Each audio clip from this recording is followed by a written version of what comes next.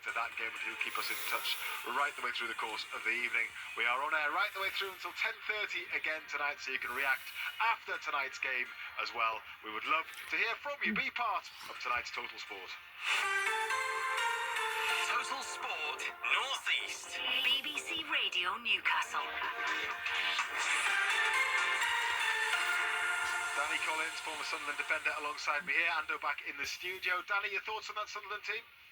I expected Adji to come out. I think after the effort he put in at the weekend, and obviously I think he'll need a rest within the 3-game week. It's just as Barnsley's mentioned there, when will Luke go across the left? But I think he will go left, and Trey will be naturally in his favoured position on the right hand side. Ahead of that, Dan Neil in there, Chrissy Big and Joe just ahead of him. Patrick back out on that right hand side. And then Tommy, as we mentioned, getting an opportunity in front of his home fans from the start. Like the look of what you see there then?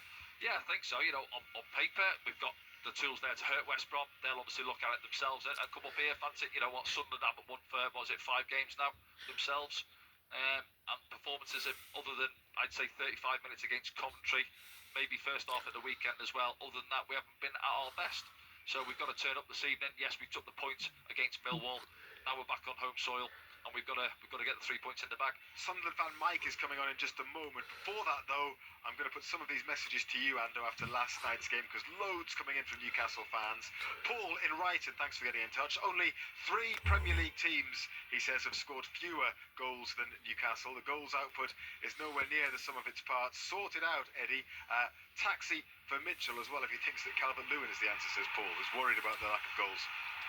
Yeah, I mean, it is a problem this season, there's no doubt about that, when you compare to the way we were free scoring. We haven't scored a great deal of goals at St James's either, so it is a worry.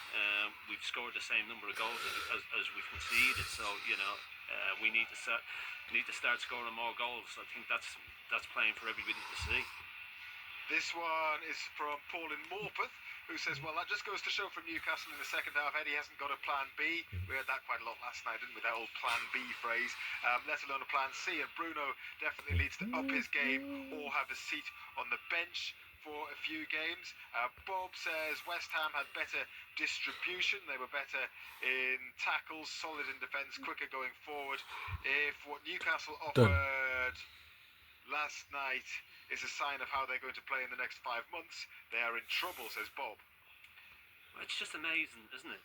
Everybody was raving about the last 3 performances, and I put myself in that category as well, but everybody raved about how well we played against Chelsea in the Cup, beating Arsenal here, how good the performance is, how really good we were at Forest as well. And then all of a sudden, you lose a game and people are going, that needs to, the performance needs to be better, we need to do this, we need to do that. At the end of the day, it's all about winning football matches, isn't it? As Tom said early on, there was games earlier in the season where we didn't play as well as we played last night, but we won.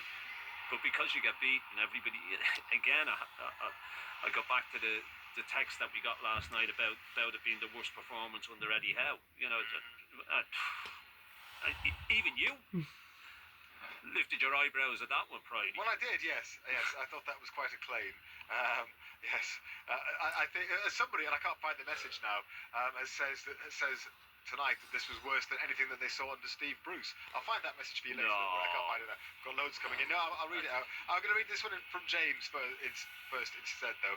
He says, good evening, lads. Question for John. We had 5 or 6 players on international duty.